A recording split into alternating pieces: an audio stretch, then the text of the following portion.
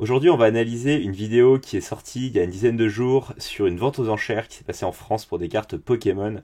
Vous allez voir que c'est une mine d'informations pour anticiper ce qui va se passer potentiellement sur Yu-Gi-Oh! Et sur le marché français dans les mois et années à venir. Donc on va la décortiquer ensemble et je vais vous donner un petit peu mon analyse sur ce qui est en train de se passer sur le marché français. Alors, on n'est pas sur Yu-Gi-Oh! Mais je trouve ça toujours intéressant de regarder ce qui se passe sur des marchés qui sont un petit peu plus en avance que le nôtre. Donc évidemment Pokémon est plus en avance, plus mature sur la partie investissement. Et je trouve que ce reportage en dit long sur ce qu'on peut attendre sur les années à venir pour Yu-Gi-Oh! En espérant typiquement que voilà, ce qu'on est en train d'observer sur Pokémon arrive un jour sur le marché français des cartes Yu-Gi-Oh! Parce que si vous suivez un peu la chaîne, vous savez que je parle beaucoup du marché US. Le marché français, honnêtement, est très très atone. Mais ça donne de l'espoir quand on voit ce type de vidéo, donc on va se le regarder ensemble. Petit point avant d'enclencher la vidéo, pour ceux qui se demandent où est passé le mur de display coréen. Eh bien j'ai déménagé, du coup il est plus là ce fameux mur, mais il reviendra bientôt, il faut juste que je prenne le temps de le réinstaller. Donc ne vous inquiétez pas, pour le moment le décor c'est un petit peu le bordel, mais j'espère que ça ne nuira pas à la qualité de la vidéo. Allez, c'est parti, on commence et on va se regarder ça ensemble. Un 950. Dernière chance, une fois, deux fois. J'adjuge cette fois. Adjuge à 950.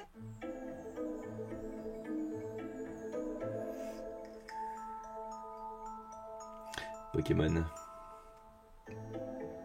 Aujourd'hui, on a la première vente aux enchères uniquement consacrée aux cartes Pokémon. Notez bien la première vente aux enchères, donc c'est vraiment le tout début. Les premières personnes qui ont connu les cartes Pokémon, elles ont entre 25 et 35 ans. Et c'est à cette période-là où on commence à faire sa vie d'adulte, à avoir des enfants. Donc on a envie de partager d'autres domaines avec eux. Et comme actuellement les enfants collectionnent encore les cartes Pokémon, ça fait déjà un sujet commun entre les parents et les enfants. Alors ça c'est un angle hyper intéressant, on parle de la nostalgie, du fait que voilà, les personnes aujourd'hui sont des adultes un peu plus accomplis et ils commencent à avoir des enfants et ils ont envie de partager ce qu'ils avaient comme souvenir à l'époque avec leurs enfants. Ça c'est un angle je trouve hyper intéressant, je l'avais pas forcément vu jusqu'à présent en fait dans le marché actuel, mais c'est vrai que on va tous avoir des enfants un jour et que ce soit Yu-Gi-Oh! Ou Pokémon, le jour où nos enfants jouent avec ces cartes-là, on aura forcément envie de partager ces histoires avec eux, puisque maintenant ça commence à traverser les générations, ces histoires de cartes, donc c'est un axe hyper intéressant. Deuxièmement, c'est un secteur où on est assez nostalgique. On rachète ce qu'on n'a pas pu avoir quand on était petit. Ces cartes, elles datent de 1999. On a les... Regardez les gants blancs, hein. On dirait qu'il sort des diamants de 10 carats le gars. Les trois cartes mythiques, Dracofeu, Tortank et Florizard. Là, elles sont gradées donc, dans des coques en plastique de protection. Les estimations Elles sont gradées. basses. Pour la Dracofeu, par exemple, c'est 10 000, 12 000 euros. Ouais. Combien? 10 000 et 12 000 euros. Bon, là, on pourrait passer des heures. Alors, on voit pas la tête du gars, on la devine. Mais il y a plusieurs choses. Déjà, Dracofeu, 10 000 ou 12 000 euros. Déjà, ça, c'est un premier point qui est intéressant parce qu'on sait qu'au marché US... Alors, j'ai pas vu, est-ce qu'il était en first? Ouais, il est en première édition, notre Dracofeu, là. Donc, on sait qu'aux US, cette carte-là, elle vaut entre 200 et 300 000 dollars, si c'est bien la même édition. Je suis pas expert en cartes Pokémon, mais je pense que c'est le Dracofeu original. Donc déjà, il y a un décalage sur le prix français versus américain. Donc toutes les personnes, en fait, aujourd'hui, là, quand on achète aujourd'hui des cartes françaises sur Yu-Gi-Oh!, Pokémon, etc., on voit quand même que le marché est pas du tout assez structuré et pas à la hauteur du marché US. Puisque là on a des prix qui sont 10 à 20 fois inférieurs. Donc faites attention quand vous investissez sur des cartes françaises, c'est vraiment pas les mêmes prix. Pourtant c'est les mêmes raretés, mais disons que le marché est pas suffisamment structuré aujourd'hui pour se permettre d'aller sur des prix des cartes américaines. Donc ça c'est très intéressant de voir que sur Pokémon c'est déjà le cas, on a une différence de x10, bon sur la meilleure carte, hein, mais donc ce sera probablement ce qui va se passer aussi sur le marché français lorsqu'on va y voir un petit peu plus clair. Deuxièmement, c'est notre bonhomme là qui nous fait combien? Ah, 10 000 balles, mais t'es sérieux gros? Ça encore une fois, ça prouve que le marché est pas encore mature, dans le sens où si on compare à d'autres items de collection, je vais prendre par exemple voilà, le marché des bouteilles de vin. Demain on vous dit bah ouais je sais pas, Château Pétrus 10 000 balles, ce même mec il va dire ah ouais c'est cher mais c'est Château Pétrus quoi. C'est accepté, c'est socialement accepté que des bouteilles de vin puissent valoir 10-12 000 balles. Là cette carte Dracofeu 12 000 balles, bah le gars là il pète un câble, il dit mais quoi, mais c'est une blague, parce que dans l'inconscient collectif ça reste des bouts de carton et c'est pas encore traité à leur juste valeur. Et c'est là où encore une fois je pense que le marché français est pas assez structuré et pas assez mature. C'est que ben voilà, je pense que 99,999% de la population, si on leur dit que demain le Blue Eyes White Dragon il vaut 3000 balles, ils vont faire pareil, ils vont faire combien? Et donc du coup ça décrédibilise un petit peu notre marché, et pour le plaisir on se remet donc son fameux combien. 10 000 euros. Voilà. Combien? 10 000 et 12 000 euros. Mais non, sincèrement, je savais qu'il y avait un engouement sur les cartes Pokémon, mais de là à ce qu'il y ait une vente aux enchères et voir les prix qui sont affichés et qu'on peut atteindre, franchement, non. Je suis assez estomaqué par ce phénomène. Puis du coup, comme j'ai dit, on va regarder dans nos archives, regarder nos classeurs de notre fille. Voilà, ça c'est le deuxième point intéressant. Alors, là, il y a deux choses encore. Bon, le gars il nous dit franchement non, genre non, c'est jamais, entre guillemets, il dit voilà de manière implicite, hein, jamais je mettrai 10 000 balles. Donc, alors c'est peut-être pas un passionné, mais il faut se dire que voilà, la majorité des personnes qui recommencent à retrouver, qui retombent dans Pokémon, Yu-Gi-Oh, etc., ils vont être comme ça, en mode non, mais c'est pas possible, ça n'a pas de sens. Après, il faut se dire que le mec, il est à la vente aux enchères, donc forcément, c'est un collectionneur, c'est quelqu'un qui s'y connaît, je veux dire, c'est pas quelqu'un qui a vu de la lumière dans le bureau de mise à prix et qui s'est dit, tiens, je vais y aller. C'est forcément quelqu'un qui était au courant, qui s'est intéressé aux cartes Pokémon, et quand on lui annonce les prix, il est un peu en mode, non, mais c'est n'importe quoi, les mecs. Donc, ça prouve encore une fois que notre marché est encore un petit peu en décalage avec la réalité, parce que évidemment que cette carte-là vaut 10 000 balles, et même plus, parce qu'elle est extrêmement rare, mais voilà, il n'y a pas encore beaucoup de personnes qui y croient. Par contre, la deuxième chose qui est intéressante, c'est que dit bon, 10 000 balles, mais clairement, il faut que j'aille retourner ma baraque, il faut que j'aille retrouver mes cartes, c'est pas possible quoi. Et ça, c'est intéressant parce que clairement, quand on vous annonce ça, la majorité des personnes vont quand même être sensibilisées au fait que les cartes Yu-Gi-Oh, Pokémon ont pris vachement de valeur, et ça va permettre de créer un intérêt rien que dans le fait d'aller retrouver ses anciennes cartes. Et ça peut permettre de structurer le marché, en tout cas j'espère. Donc son comportement est hyper intéressant, je trouve, pour un petit peu analyser ce qui va se passer. Parce qu'on doit peut-être avoir de belles choses aussi. Est-ce que ça vaut le coup aujourd'hui d'acheter une carte Pokémon et d'espérer qu'elle vaille des milliers d'euros dans quelques mois ou années? Si je le savais, je garderais la réponse bien pour moi, mais on peut voir quand même qu'en 2 ans, les cartes rares, le prix a été multiplié par 10. Voilà, c'est exactement ça. Ça, il a tout dit. C'est vrai que depuis 2 ans, voilà, c'est x10. Et donc là, il nous parle de Yu-Gi-Oh, de Pokémon, hein, mais on voit bien que c'est pareil sur Yu-Gi-Oh. C'est-à-dire, par exemple, la carte qu'on estime 9 à 10 000 euros aujourd'hui, qui est la carte la plus chère de la vente, c'est une carte qu'on a vendue 500 euros il y a 2 ans, dans le même état. Maintenant que je suis rentré dans l'âge adulte, c'est pas que ça me surprend, c'est que ça me choque. Mais en soi, tout objet qui en devient rare prend de la valeur. Donc, soit finalement, qu'on prenne un tableau avec une petite tache ou qu'on prenne une carte où il en existe que 13 exemplaires dans le monde, ça revient au même. Voilà, ça aussi c'est intéressant. Bon, lui, pareil, il est toujours choqué, mais disons que on comprend très bien le mécanisme, hein, comme il dit, hein, que ce soit de l'art, la bouteille de vin ou la carte Yu-Gi-Oh, à partir du moment où c'est rare et qu'il y a des personnes qui veulent l'acheter, c'est normal que le prix décolle. Donc voilà, hyper intéressant. Je sais qu'il y en a peut-être quelques-unes qui peuvent valoir quelques euros, j'imagine. Voilà, mais c'est des cartes qui ont mon âge. Ça, ce sont des cartes plutôt communes, en assez mauvais état. Ah, elles ont vécu. Voilà. Notez bien le en assez mauvais état, hein. C'est pareil pour vous, c'est-à-dire que certes, il a des cartes qui ont 20 ans d'âge, mais comme on va le voir juste après, l'état joue beaucoup et malheureusement ça vaut rien ces cartes. Cette collection-là, si on devait la présenter en vente aux enchères, je pense qu'on ferait un lot total avec toutes les cartes, en mettant en avant ce qu'il y a de plus intéressant. Alors, là c'est un détail, mais quelque chose aussi qui va, je pense, je veux pas critiquer ce reportage, mais là, notre cher interlocuteur, c'est quelqu'un qui est censé donc faire des ventes aux enchères, et regardez, il est avec un t-shirt Pac-Man. Enfin, on dirait pas que c'est quelqu'un qui peut être potentiellement commissaire-priseur ou qui peut gérer une vente aux enchères, donc c'est là où aussi on perd en crédibilité entre guillemets. Je critique pas du tout l'habit de la personne, c'est juste que si, imaginons, maintenant on remplace les cartes Yu-Gi-Oh par encore une fois des bouteilles de vin, des œuvres d'art ou une vraie vente aux enchères, est-ce que le commissaire-priseur serait avec un t-shirt Pac-Man le jour de la vente? Non, il serait probablement en costume cravate ou autre. Donc autant l'autre qui avait les gants blancs, ça donne de la crédibilité et c'est intéressant. Autant quand vous avez affaire à quelqu'un comme ça, on voit qu'il est passionné, mais il va pas forcément véhiculer le message que les cartes sont vraiment rares et que ce sont des systèmes de collection. Ça décrédibilise un petit peu, donc c'est un petit peu dommage. Je trouve qu'il aurait dû faire un effort et vraiment bien s'habiller pour montrer que oui, on traite de vrais items, les gars, c'est sérieux. Mon Dracofo il vaut 12 000 balles, tu vois. Et voilà, c'est une petite erreur, je pense, qu'il a faite là-dessus. Mais bon, c'est à noter. Et encore une fois, ça prouve que c'est un marché en construction et qu'il y a encore beaucoup d'efforts à faire pour qu'il soit valorisé à sa juste valeur. Intéressant et plus recherché. Et on mettrait comme estimation, une petite estimation, parce que c'est très abîmé, on mettrait autour de 200-250 euros pour la collection au total. Voilà, donc collection qui vaut pas grand-chose, même si les cartes sont rares. Ce qui est déjà bien pour un paquet de cartes qui dormait dans un placard. Si les cartes sont abîmées, je me dis peut-être attendre un petit peu. Comme ça, elles vont se raréfier, donc peut-être ça prendra de la valeur. On va essayer d'être stratégique. Voilà.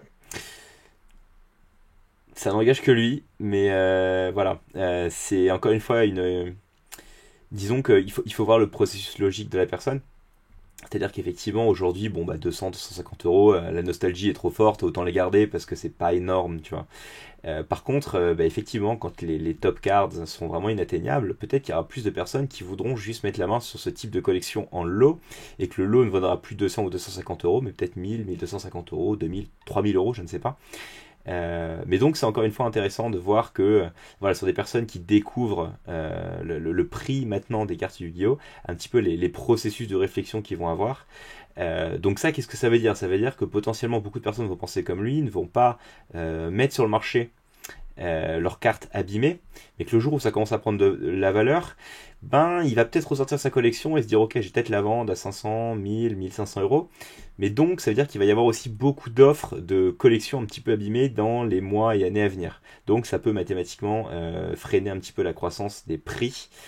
Donc encore une fois, ça fait lien avec les cartes abîmées. Je pense qu'il y aura encore beaucoup de temps avant que ça prenne vraiment de la valeur parce que l'offre restera encore trop conséquente. Non, je vais attendre. Donc le lot 1, c'est à la Kazam, en édition 1 du bloc Blizzard, celle de base. Elle est notée PCA. Qui va acheter à 60 et j'ai pris à la Kazam. 70. Voilà, mais dans la crédibilité, encore une fois, c'est que là c'est un jeune homme de 16 ans en t-shirt, encore une fois, qui présente le lot. On voit que c'est un petit peu maladroit, il a un gant blanc, il a une main avec gant, une avec une sans. C'est un petit peu dommage, hein. Quand on voit qu'il y a un tableau derrière probablement de maître. Ils auraient pu faire un effort pour plus crédibiliser, mais bon, c'est déjà bien qu'il l'ait fait. Mais clairement, on sent que c'est encore trop infantile la manière dont cette vente aux enchères se passe. Il n'y a pas les codes des vraies ventes aux enchères. 10 par mois, 90. 90 Internet. Par euro sur Internet l'enchère. À 90 nous sommes. Quelqu'un couvre-t-il cette... C'est un marché qui est très actif parce que même actuellement, il y a beaucoup de petits collectionneurs qui sont en primaire. Et ce sont les collectionneurs de demain. Et ces gens-là, dans 10, 20 ou 25 ans, ils vont vouloir acheter également leurs souvenirs d'enfance. Jean-Kévin. Ça n'a pas été un épiphénomène. Ça fait déjà 25 ans que ça dure et ça peut durer encore 25 ans. Bien vu l'enchère de 130 une fois, deux fois. Je vais adjuger dernière chance. Adjuger 130. C'est la première vente aux enchères de cartes Pokémon ou on voulait voir s'il y avait du répondant ou... Voilà, il l'a dit, hein, c'est la première vente aux enchères, on voulait voir s'il y avait du répondant. On voit que du coup ça a été pas forcément bien organisé dans le sens que j'explique, c'est qu'il manque un petit peu de crédibilité. Mais au moins ils ont testé et s'il y avait de la demande, tout simplement. Il y a de la demande. Carrément. Puis en plus les lots étaient de qualité, donc ça c'était bien. Vous avez acheté quoi du coup? J'ai acheté Ampiflore. Ouais, génial. Mais regardez qui achète Ampiflore. Enfin, lui, tu vois, cette personne, dans sa démarche, je pense qu'elle a du pouvoir d'achat, c'est évident. Et regardez quand on dit ouais, j'ai acheté Ampiflore. On sent tout le côté enfant qui ressort. Et le gars est trop content, quoi. Et on va voir combien il l'a payé. C'est ça qui me manquait, puis elle est vraiment neuve en fait. Alors vous l'avez acheté combien? 90 € avec les frais 115. Regardez comment il dit ça. Ouais, 90 € avec les frais 115. Enfin, on sent qu'il s'en fout. Pour lui, c'est le prix C'est le prix d'un restaurant à Paris, il s'en fout. Et pourtant, il a mis 115 balles dans un bout de carton, quoi. Donc, ça confirme pas mal de choses, hein, que voilà, à partir du moment où on commence à avoir du pouvoir d'achat et qu'on est vraiment attaché à nos cartes, que ce soit Pokémon ou Yu-Gi-Oh, on met le prix, hein. C'est affreusement cher pour une carte, mais moi ça me va très bien. Voilà, c'est affreusement cher, mais je m'en bats les couilles, frère, je suis blindé. Fous-moi la pêche, mais moi tu nous joues, quoi. C'est ce qu'il est en train de dire à la journaliste en substance, hein. Qui plus est que l'Ampiflore est même pas gradé en plus, hein. Il a acheté ça dans une pochette. Donc bon, c'est intéressant. Là, c'est la première fois parce que c'est la première vente. Je suis tombé là-dessus. Ça tombe au moment de son anniversaire, donc Bon, lui aussi, on sent qu'il est blindé, donc c'est intéressant. on a décidé de pouvoir faire ça. Allez, Du coup, il y a celle-là. McConnier. Et après, il y a ça Elles sont pas gradées, ces cartes. C'est intéressant. voilà. Et alors, vous avez vu pour combien, monsieur? cher. Cher. Quelques centaines d'euros, mais bon, voilà. C'est un cadeau comme un autre. Voilà, alors ça je trouve ça hyper péjoratif, parce que c'est intéressant, ça dégaine encore une fois. Il dit, ouais, cher, moi bon, c'est un cadeau comme un autre. Bon, il a peut-être payé 500 balles pour ces cartes là, mais encore une fois, ça prouve que le marché est pas encore mature, parce que imaginons qu'il ait claqué 500 balles dans un iPhone, qu'il ait claqué 500 balles dans une paire je sais pas, de baskets, de sneakers, etc.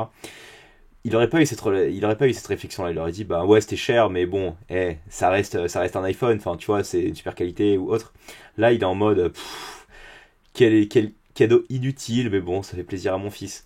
On sent ça manque encore un petit peu de sérieux, de crédibilité, alors que, encore une fois, je prends le parallèle avec une très bonne bouteille de vin. S'il avait acheté une très bonne bouteille de vin avec 500 euros, il aurait dit, mais c'était une super affaire, ou bah ouais, c'est une super bouteille de vin, on va passer un bon moment ensemble, on va la boire et tout.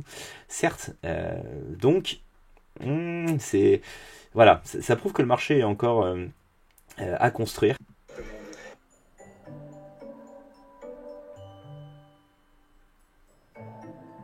Et dernière petite remarque, c'est la fin du reportage. Donc là, c'est des cartes gradées. Ce qui est intéressant, c'est que ça a été gradé chez PCA, qui est l'Institut de Grading français. On n'a pas de PSA, on n'a pas de BGS ici. Donc ça, je trouve ça bien, parce que ça fait la promotion d'un institut de grading français. Maintenant, encore une fois, on a vu qu'il y avait quand même beaucoup de cartes qui avaient été vendues qui n'étaient pas gradées, donc ça participe au fait que ça a été un peu fait dans tous les sens, parce qu'en vrai, ils devraient vendre que des cartes gradées pour vraiment avoir le prix exact. Maintenant, est-ce que PCA va devenir un institut de grading qui va prendre en notoriété dans les mois et années à venir, j'espère. En tout cas, c'est clair que ce sera un acteur très très important pour faire décoller le marché français. Donc à suivre, le grading chez PCA. Très intéressant, et c'est cool de voir qu'ils aient proposé des cartes gradées chez eux.